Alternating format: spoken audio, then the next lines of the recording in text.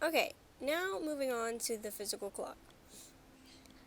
I'm going to show you how to make one of these sections.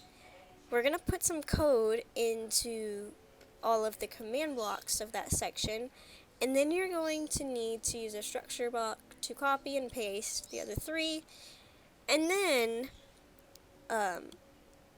some of the code will be changed in each one. And it's not going to be that hard to change the code because all it's going to be is a change of the scoreboard name. So I'm going to go and show you how to do one of the sections.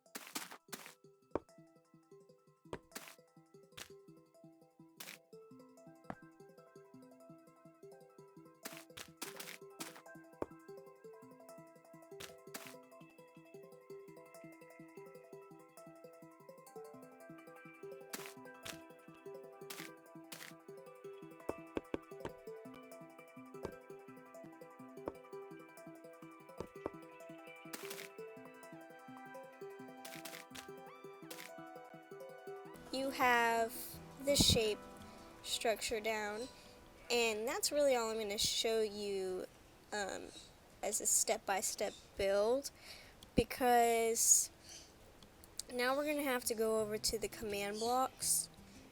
And so you're going to need a chain command blocks and repeating command blocks.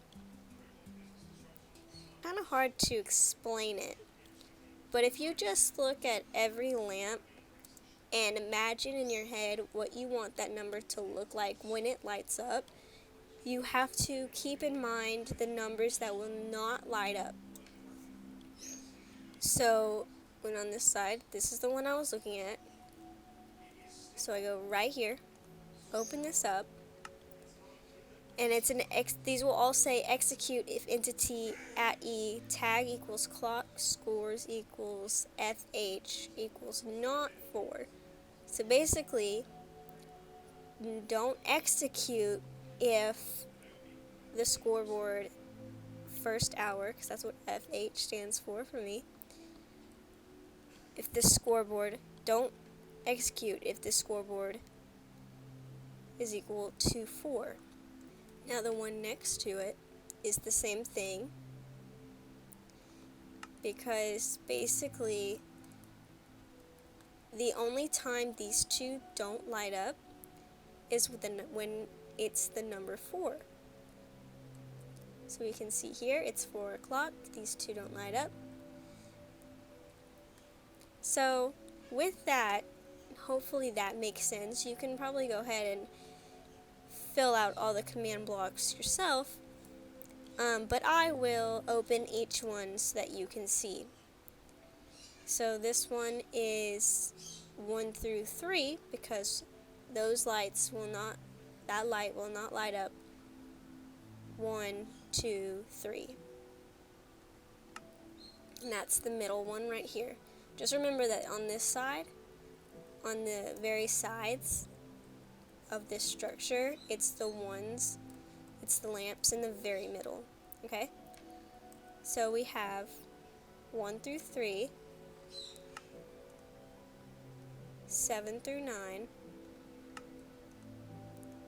and 5. Now, if you have a way to put each of those numbers in the same command block, please comment, because I did try to do a comma here, and it doesn't like that. I've also tried to just do scores again, and it also doesn't like that.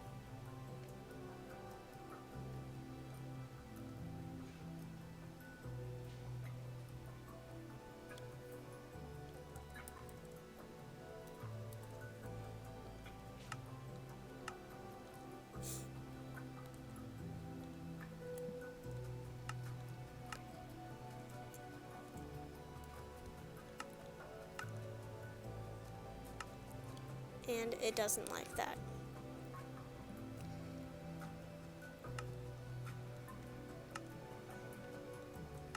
Okay, now this one is 1, 4 through 5, 7, 9, 1 through 3, turning, 4, 4, going down to the middle one, 7, 0 through 9, going down, 4, 4, 7, 9, turning, 1 through 2, 5 through 8, 1 through 2, 7, 1, 5 through 7, and 9. Point, you're going to want to give yourself a structure block, and that's using the /give command. And the structure block copies and pastes a structure. So we're going to click in here. You can see right here the Z plane is going this way. So I'm going to extend that to 7. I'm going to extend that to 10. And we can see this is how this white box border is what it's copying. So I don't need it to 10. I need it to 7, I believe. Yes, 7. This X is 10. Do again. Do it again. Whoa.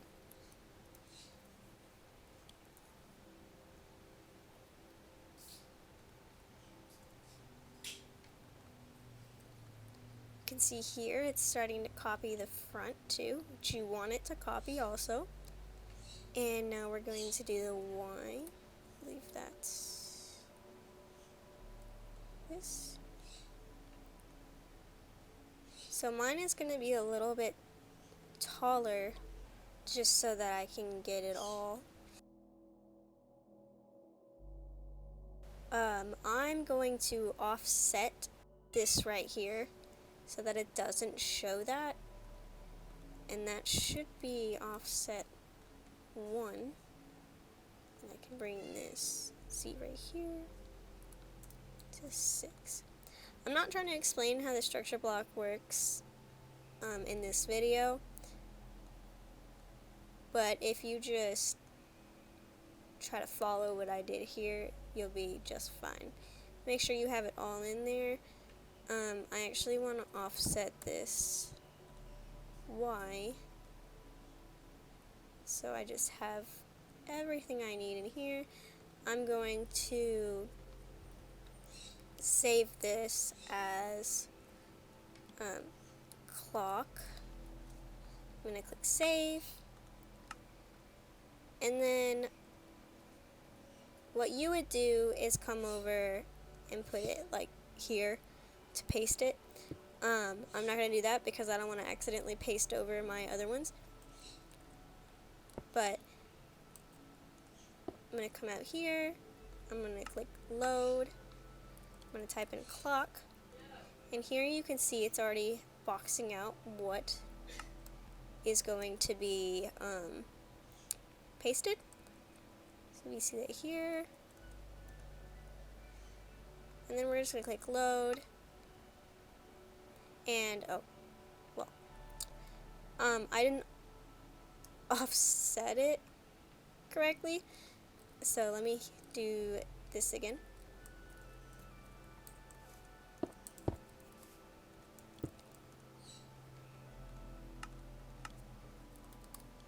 Okay. This is actually going into the ground. So I'm going to put that to 0 and load that. Oops. And now we can see I've completely pasted it. And so you'll just do that. You will paste it 3 times. Okay. So in this section, we have F8. We have FAH for first hour. In this section, we need to change the FH to HM for hour minute. That's just the abbreviation, remember, from the beginning.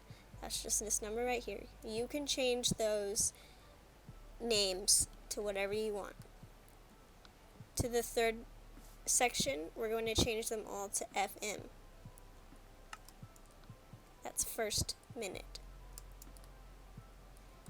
And to the last section, we're going to change it to MM for minute. That's this one. Okay, that's all that's different in each one of these command blocks in these sections is the naming.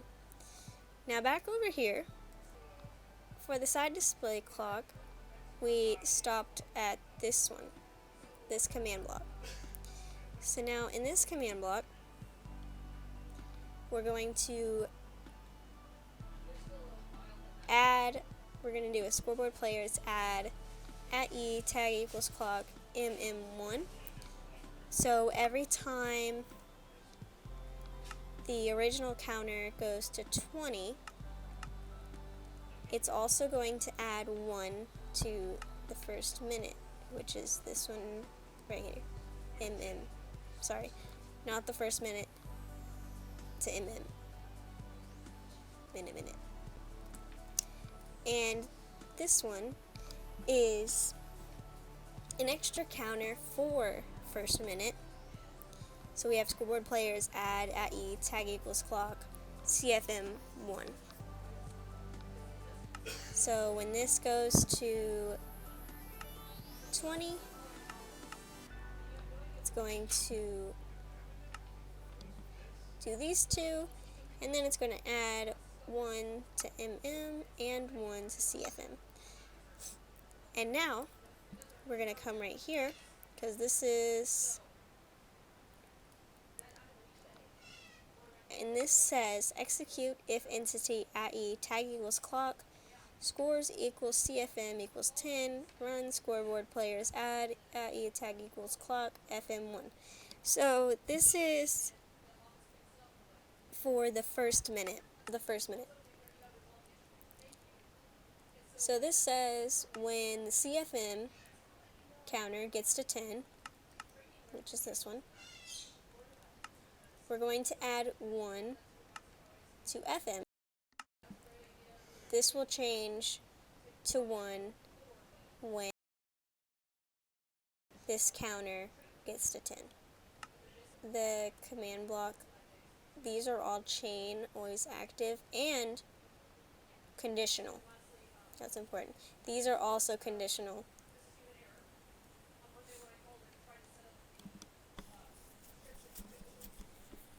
The second one says scoreboard players set at e tag equals clock CFM to 0. So it's just resetting that counter basically. We're going to execute, in the third one, we're going to execute if entity at e tag equals clock, scores equals FM equals 6 or more, run scoreboard player set at e tag equals clock FM 0.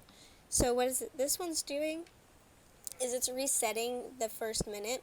So when it hits, because how time works, this counter goes all the way to 59. That's how seconds work. That's how minutes work. So this one will be 5 and 9. This one never goes to 6.